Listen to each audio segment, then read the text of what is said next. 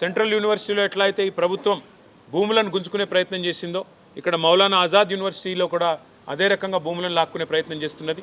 ఉన్న ఒకే ఒక్క ఉర్దూ స్టడీస్కి సంబంధించిన యూనివర్సిటీ మీద ఈ రకంగా కన్నేయడం ప్రభుత్వానికి మంచిది కాదు.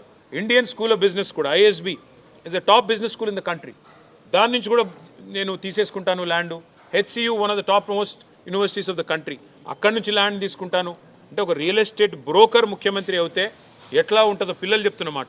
ఒక రియల్ ఎస్టేట్ బ్రోకర్ ముఖ్యమంత్రి అయితే ఎట్లుంటుందో ఇలా ఈ ప్రభుత్వ వ్యవహారం అట్లా ఉందని వారు చెప్తా ఉన్నారు. దాంతోపాటు నేను ఇంకొక మాట కూడా మీకు గుర్తు చేస్తూ ఉన్నాను.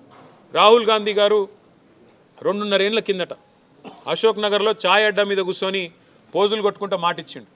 2 లక్షల ఉద్యోగాలు ఇస్తా, మీరు 2 ఉద్యోగాలు తీసేయండి, కేసీఆర్ది కేటీఆర్ది, 2 లక్షల ఉద్యోగాలు మొదటి సంవత్సరంలో ఇస్తా అని మాట ఇచ్చిండు.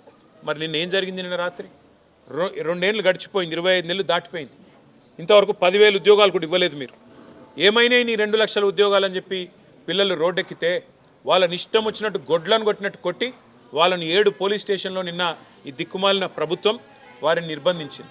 ఈరోజు కూడా ఉదయం నుంచి మళ్ళీ అరెస్టుల మీద అరెస్టులు చేస్తూ ఉన్నారు. ఎందుకు? ముఖ్యమంత్రి గారు అక్కడేదో బట్టల షాప్ ఓపెనింగ్ పోతున్నట్ట, దానికోసం ఆ రోడ్డెంబడబోతుంటే ఎక్కడ ముఖ్యమంత్రికి అడ్డం వచ్చి నోటిఫికేషన్ లేవి అని నిలదీస్తారు, ముఖ్యమంత్రిని దిగ్బంధం చేస్తారన్న భయంతో ఇలా పోలీసులను అడ్డం పెట్టుకొని ఈ ప్రభుత్వం బతుకుతూ ఉన్నది. మరి ఇంత చేతగాని సన్నాసి రాహుల్ గాంధీ ఎందుకు మాటిచ్చినావు? 2 లక్షల ఉద్యోగాలు అని చెప్పి ఎందుకు డైలాగులు కొట్టినావు? ఎందుకు పోజులు కొట్టినావు? ఎక్కడ పోయినాయి నీ 2 లక్షల ఉద్యోగాలు? ఇవాళ ప్రజలు అడుగుతున్నారు, మా పిల్లలు అడుగుతున్నారు, దమ్ముంటే సమాధానం చెప్పు.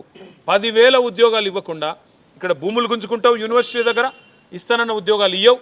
ఈ రకంగా తెలంగాణ యువతతో, భారత యువతతో కాంగ్రెస్ ఏదైతే డ్రామాలు ఆడుతున్నదో దీని అందరూ కూడా గమనించాలని కోరుతూ, ఈ భూముల విషయంలో ఖచ్చితంగా బీఆర్ఎస్ పార్టీ పూర్తి స్థాయిలో పిల్లలకు మద్దతుగా నిలబడుతుంది.